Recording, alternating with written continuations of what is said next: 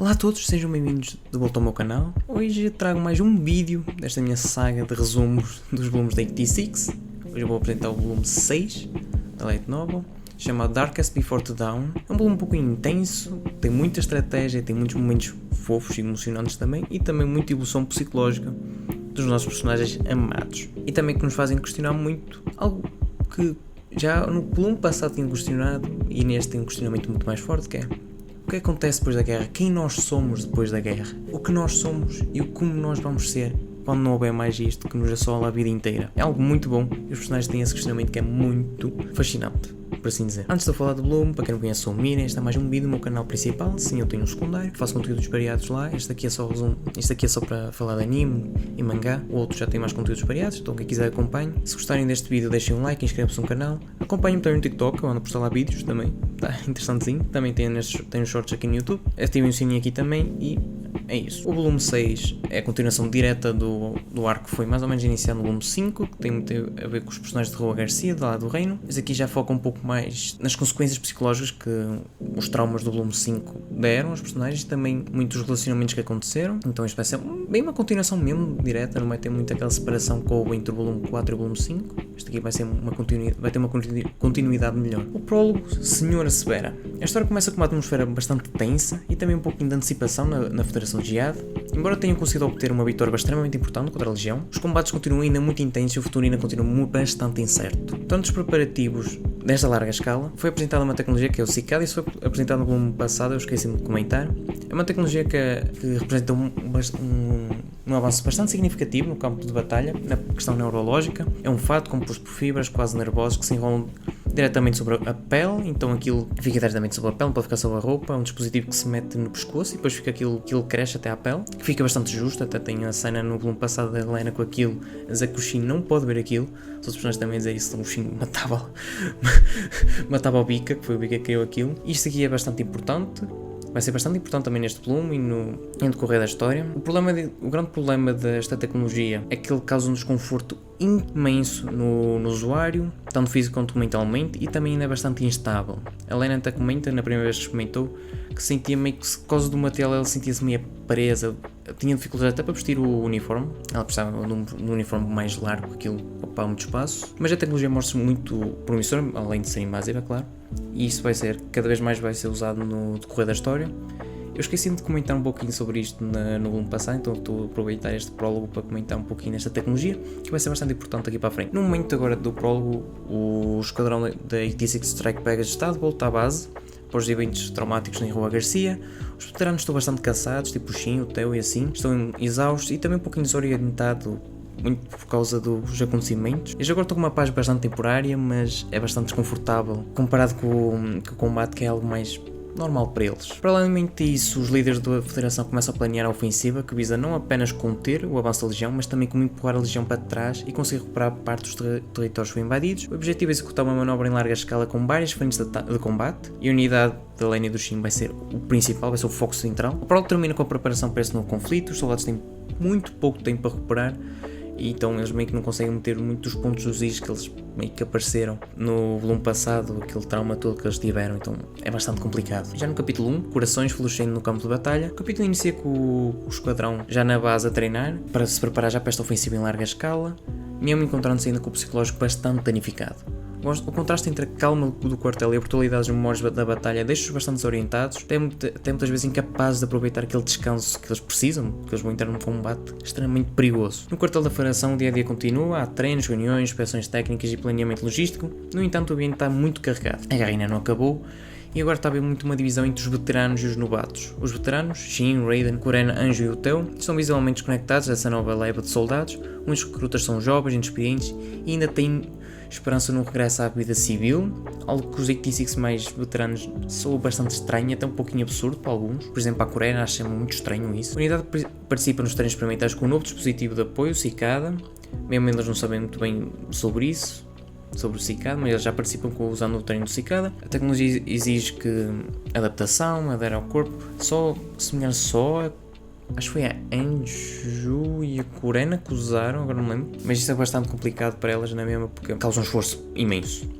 Vários momentos pequenos mostram o desgaste e as tentativas de manter alguma normalidade durante esse foco todo. Kurena tenta manter conversas mais animadas, mesmo sendo visivelmente forçado, porque para ela está bastante abalada. Anjo e Teu comentam as diferenças entre eles e os novos soldados. Raiden nasce como um pilar emocional para os demais, mas também mostra fadiga interior. Já também, paralelo a isso, vemos também um pouco do avanço da relação entre a Angie e o Dustin. Isso foi algo que apareceu no volume passado, mas eu não cheguei a comentar, que eu cortei. Mas eles começaram a ter um relacionamento pouco amoroso já. Tem uma conversa lá na cabana, que eu até usei essa imagem no vídeo passado.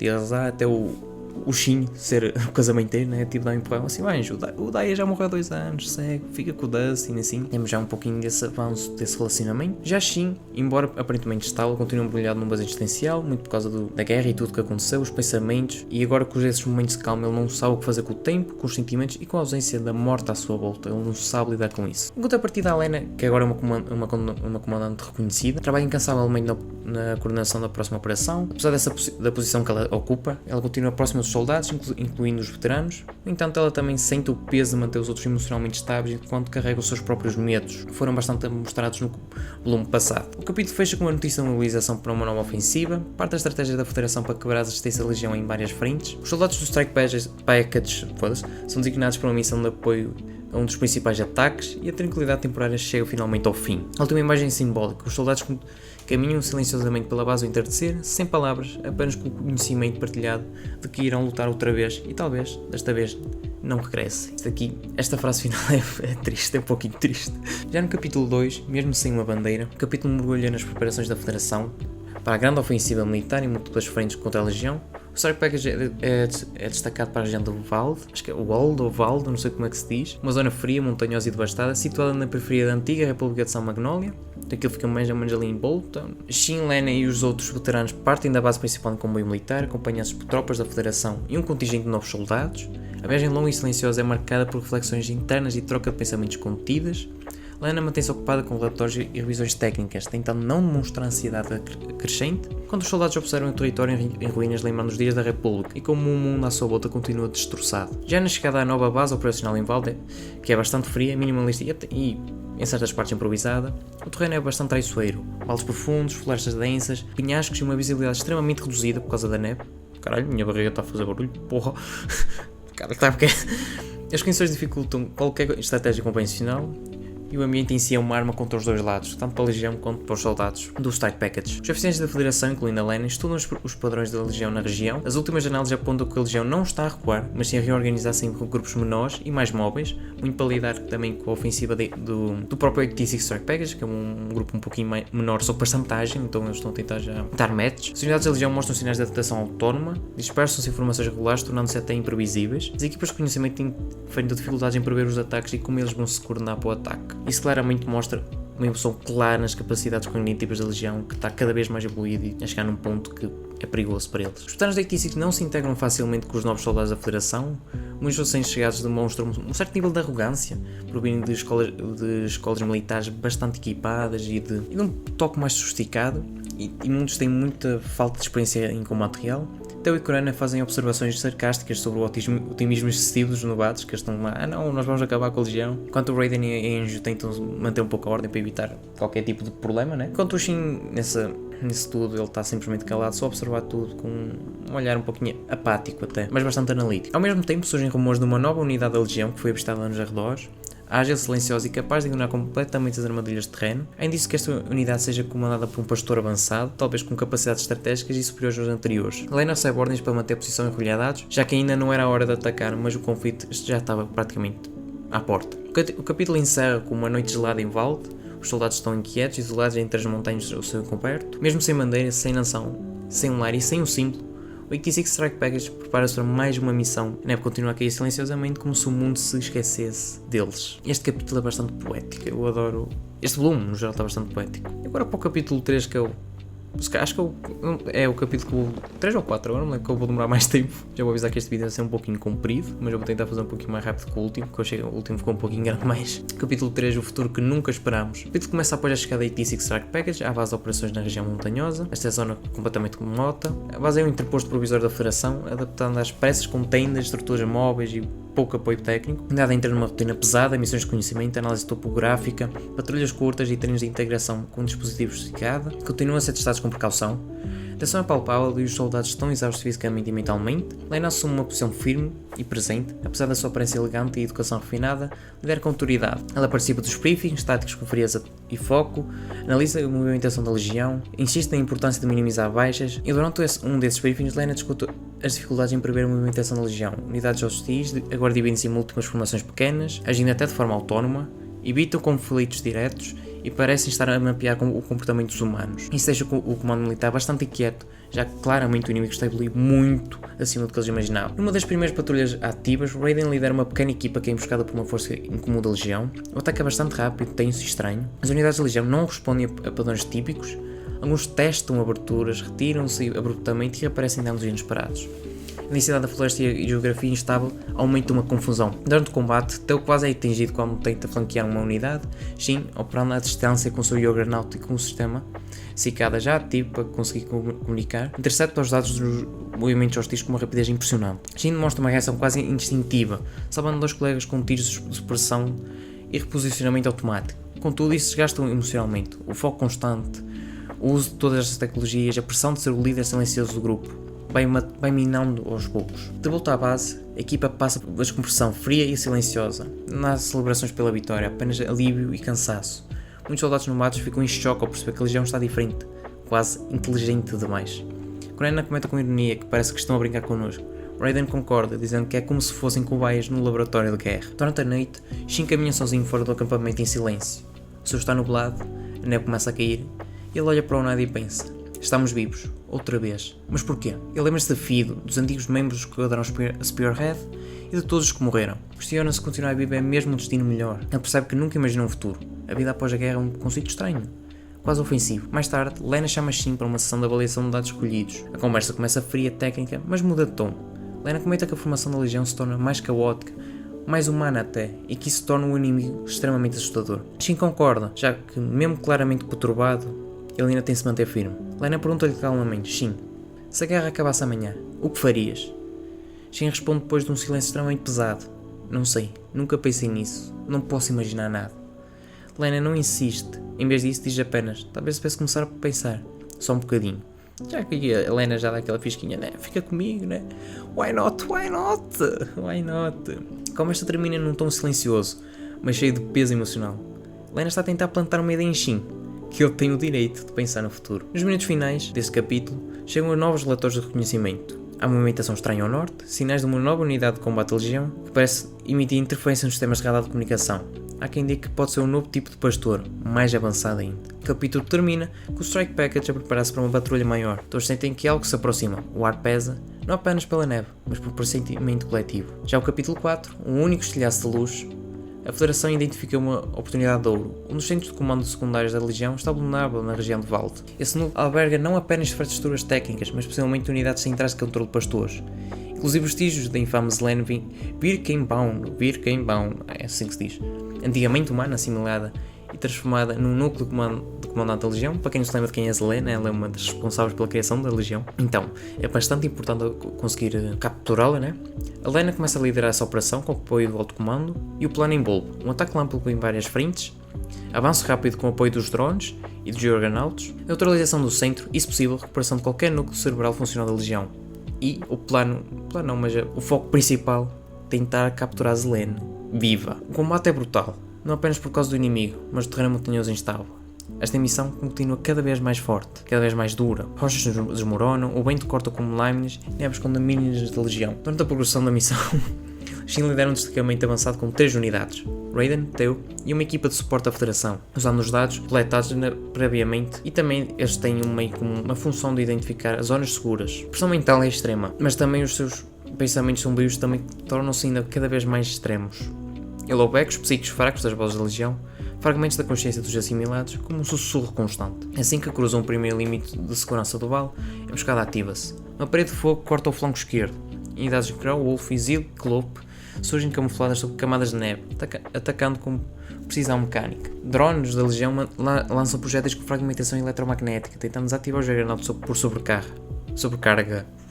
Shin acelera numa diagonal suicida. O seu corpo reage antes mesmo de pensar. Ele gira Rhaenyra num ângulo, desafia os limites físicos do cockpit e dispara uma salva dupla, destruindo 2 Zyklop numa única manobra de ricochete. Ao fundo, uma torre automática surge do solo. Shin trava, salta um pequeno desnível e atira no ponto exato onde o sensor se abre. A torre explode antes de travar qualquer alvo. A cicada começa a queimar por baixo da pele, as fibras apertam-lhe os músculos, sincronizando com cada movimento. Ele sente um formigueiro constante, como se o fato estivesse a substituir o seu próprio sistema nervoso. A dor era normal, mais real do que as balas. Shin perde momentaneamente o equilíbrio, tenta salvar um recruta da Federação, mas recupera com um impulso manual, puxando os controles com força total, ignorando os alertas do sistema. Estão cada vez mais a ativar e ficando mais desesperado. O próprio sistema está desesperado com o Shin. Ele avança entre os troços, ouvindo as vozes apagadas dos pastores, como ecos sem fim. Shin está aqui de novo. Ao penetrar na zona central da base, Shin encontra algo inesperado. Uma unidade da Legião não hostil, com o núcleo central ainda parcialmente funcional. Dentro dela está armazenada a consciência residual de Selene Birkenbaum, cientista humana que criou parte do sistema da Legião. E um dos focos principais desta missão. Selene já não é humana, apenas um eco digital da mulher que foi. Ela fala com Shin por um canal de transmissão direta. Não tenta atacá-lo, apenas dialoga com a voz calma e perversa, o que assusta até o próprio Shin. Selene fala: então és tu, o ceifador, o menino que continua vivo quando todos os outros morrem. Que curioso. Ainda achas que estás a lutar contra máquinas? Shin mantém a arma apontada a Selene, mas hesita. Selene continua: não estás cansado, Shin? A guerra é mais limpa quando tiramos a emoção. Tu também te tornaste assim. Sabes, no fim, todos nós tornámos-nos ferramentas. Humanos, máquinas, ideologias. Só importa quem vive mais tempo para contar a história. Ela revela que o sistema da Legião está à beira do novo ciclo, um plano de autorrecursão estratégica. As máquinas começarão a simular comportamento humano para antecipar os seus inimigos. Mas Selene comete um erro. Tenta comparar Shin à Legião. Ele bloqueia a voz dela mentalmente, carrega a artilharia frontal e dispara o canhão antimaterial diretamente no núcleo. Sou humano e tu és só um ruído. A estrutura colapsa com uma explosão curta, seguida por libertação de vapor. Selene é finalmente imobilizado. Shin destrói o núcleo, ao menos ele achava, que não é destruído porque ela continua viva, sem cerimónia, sem hesitação. Pouco depois da destruição do núcleo, um contra-ataque feroz quase engole o destacamento. Shin, agora sozinho no flanco, combate em desvantagem total. Com a ajuda do Cicada e do sistema da maquinazinha dele, ele consegue calcular as rotas de fuga, mas todos levam à morte certa, exceto uma manobra suicida para abrir o caminho para os companheiros. Ele avança, dispara contra sensores inimigos, corta a comunicação entre unidades da Legião e até usa o Cicada para induzir falhas no sistema adversário antes da sobrecarga elétrica. Num momento crítico, Shin é atingido num impacto lateral do Juggernaut, rebenta parte da armadura, atira-o ao chão. Ele sangra, mas ainda respira, que o nosso Shin é foda. Ele vê a neve cair e nesse instante, num fragmento de tempo suspense, surge um clarão no horizonte. A artilharia da Federação, coordenada por Lena, a destruir o flanco inimigo. Esse estilhaço de luz, o momento em que Shin, que já não acreditava em nada, é salvo por alguém que ainda acredita nele. A batalha terminou. O Rhaenyra de Shin foi recuperado com danos sérios. Ele foi retirado do campo de batalha em estado semi-consciente. Depois da batalha intensa que ele teve neste ataque surpresa que ele leva depois de derrotar Selene, ele tem bastantes ferimentos no ombro lateral e na parte lateral do corpo, mas sem riscos de vida. Encontra-se no posto médico da campanha, deitado numa maca coberta com lençóis térmicos. A sala está mal iluminada, com um som distante de alarmes, motores e geradores a trabalhar. Lena entra dentro dessa sala, sem uniforme de gala, apenas com a camada térmica do oficial. Cabelo solto, olheiros visíveis e uma expressão contida. Traz nas mãos um tablet com o relatório da operação, mas não olha para ele. Ela aproxima-se da marca de Shin. Ele vira lentamente a cabeça na direção dela e Helena fala: os mestres dizem que vais ficar bem, uns dias tens esforço e voltas a andar como sempre. Shin não responde de imediato, observando-a. A expressão dele está vazia, mas os olhos tremem. Preferia ter ficado lá, disse o Shin. Helena se sente como se tivesse levado um murro no estômago. Fecha os olhos por um segundo, depois aproxima-se da cama e senta-se na cadeira ao lado. Helena diz-lhe com uma voz firme: eu sei, e continua: mas ainda assim, não ficaste. Estás aqui. Shin responde: foi o bombardeamento. Tipo sorte. Helena diz: foi por tua causa que conseguimos abrir caminho. Salvaste-os. Shin, quase sussurrando, diz: e se não tivesse conseguido? E se só tivesse morrido a tentar? Helena diz: não tinhas de o fazer sozinho. Ela pousa o tablet do lado e encosta ligeiramente à cama. Quantas vezes te salvaste por instinto, Shin? Quantas vezes pensaste que, se não fosses tu a avançar, ninguém mais o faria? Ele fecha os olhos, virando o rosto, mas respira fundo e diz: porque sou só isso. Uma arma, uma lâmina que os outros usam até partir. Lena, com um tom mais baixo: não és. Tu és alguém. Tu és tu. Lena hesita, olha para a mão dele, fechada, manchada de sangue seco. Ela estende a sua, com dedos finos e frios, e toca-lhe levemente. Eu fico. Se não conseguires encontrar um caminho agora, eu espero. contigo. Isto é quase para mim uma declaração, ela está-se a declarar para ele, caralho. Shinho, abre os olhos, porra. Shinho olha para ela com uma expressão confusa, como se não entendesse, ou se não soubesse lidar com aquele tipo de presença. Ele fala com uma voz um pouquinho até engasgada. Eu não sei como viver de forma fora da guerra, Helena. É a única coisa que me disseram que eu sabia fazer. Helena, com um pequeno sorriso triste, diz: então aprende, mas não sozinho. Ele volta a olhar para o teto, uma lágrima escapa, não uma explosão de choro, mas um vazamento de depressão. Algo contido há tempo demais. Shin diz: estou cansado. Helena diz: eu sei. Ela aperta a mão dele e diz: mas ainda estás aqui, e isso, para mim é tudo. Cara, este casal só dá orgulho. À noite, o céu está limpo. Len e Shin encontram-se do lado de fora do posto médico. A neve caiu, mas o céu está estrelado. Eles não falam, apenas observam. Talvez, só talvez, aquele fosse o primeiro dia de um futuro diferente. Cara, que casal que só dá orgulho, porra! Finalmente, caralho, um avanço, bom! Agora no epílogo, mesmo que sejam flores que nunca floresçam, o epílogo começa com um cenário silencioso, a base de operações temporárias encontra-se coberta de neve, com ruídos de tantas máquinas de manutenção e vozes abafadas de soldados a deslocarem-se entre tendas. Após a missão considerada bem sucedida, a equipa dos Strike Packers encontra-se num raro estado de pausa. Morte tenham vencido, a vitória notou seu euforia. Apenas alívio. As baixas foram pesadas. A captura de Zelena Beckenbauer representa um marco importante. Os soldados sabem que a guerra está longe de acabar. Shin permanece em repouso após os ferimentos, mas já se alimenta lentamente. Caminha pelo acampamento durante a madrugada, observando o seu encoberto. Ele recorda as palavras de Helena: não estás sozinho. Começa a contemplar, pela primeira vez, a possibilidade de um futuro. Será um futuro à beira dela? Não sabemos. Não pensa em paz ou alegria ainda, mas sim na ausência de medo constante, na ideia de existir por algo mais do que sobrevivência. O restante do grupo, Raiden, Teo, Kuren e Anjo, vivem a mesma inquietação. Alguns dos novos soldados já começam a se aproximar deles, pedem conselhos, e pela primeira vez há uma ponta entre as gerações de combatentes. Raiden comenta com sarcasmo: nunca pensei ver alguém pedir-me conselhos sobre como não morrer. Kuren sorri, mas depois suspira: a guerra não vai acabar, pois não. E Anjo responde: talvez não tão cedo, mas isso não quer dizer que a gente não possa sonhar com isso. Esta diferença de mental entre os personagens é muito interessante, enquanto o Raiden foi um pouquinho mais relaxado, enquanto a Corena se sente presa à guerra e a Anjo já pensa num possível futuro sem a guerra, né? Já por causa do Dustin também. É muito interessante. Lena caminha sozinha até um ponto de observação numa colina próxima. Ali, o sol coberto de neve mostra pequenos botões florais, plantas resistentes que conseguem sobreviver mesmo sob o frio brutal. Ela recorda-se do nome botânico de uma delas, Saxifraga, uma flor de alta montanha que cresce entre rochas, flores que nascem onde não deviam florescer. Shin junta-se a ela, em silêncio, ficam lado a lado, observando as pequenas flores. Lena, sem desviar o olhar, diz: mesmo que nunca floresçam por completo, ainda assim tentam. Shin responde depois de longo silêncio: como nós. Os dois permanecem juntos, sem palavras adicionais. O momento não é romântico, nem idealista. É real, cru e calmo, e mostra perfeitamente como é o relacionamento deles. Já é lógico que este momento em si não é romântico. O meu relacionamento já sendo mais para o romântico, mas é o relacionamento deles ser calmo e superar as dificuldades juntos. A troca silenciosa entre estes dois sobreviventes num mundo ainda em ruínas. Algo fenomenal. E o piloto termina com um pensamento narrativo. Mesmo que sejam flores que nunca floresçam, ainda assim aparecem da terra congelada. Mesmo que o mundo continue a sangrar, ainda assim alguém há de tentar viver. E talvez, só talvez, seja isso que chamam de esperança. E assim eu encerro este resumo do volume 6. Este foi um volume extremamente pesado, da parte mental. Tem umas cenas de ação muito foda nesta ofensiva. A luta contra a Zelena. A Zelena não é bem contra a Zelena, é contra aquela robô que vem ajudar a Zelena. Mas a conversa entre a Zelena. A evolução das relações interpessoais. Anjo e Dustin, Len e Shin.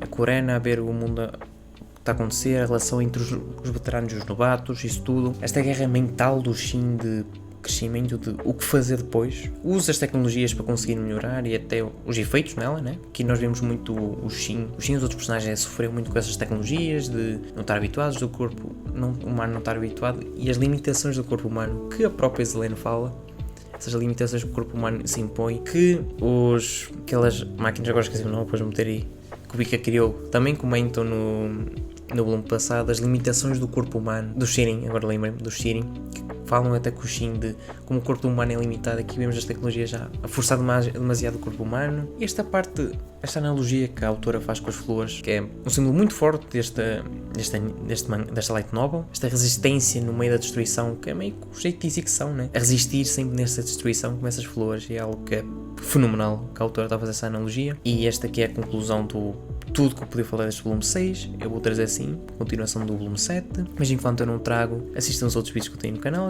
acompanhem, desde que eu comecei a falar deste volume, comecei a falar do volume 4, acompanhem o vídeo do volume 4 e o volume 5, tem também uma tier list que eu falei das capas dos volumes também, então esses vídeos vão estar todos aí no canal, vejam se quiserem, não se esqueçam de deixar o like, inscreverem-se no canal, nos 2 canais e seguirem-me no TikTok também que eu estou a trazer lá muito conteúdo, espero que tenham gostado do vídeo e tchau!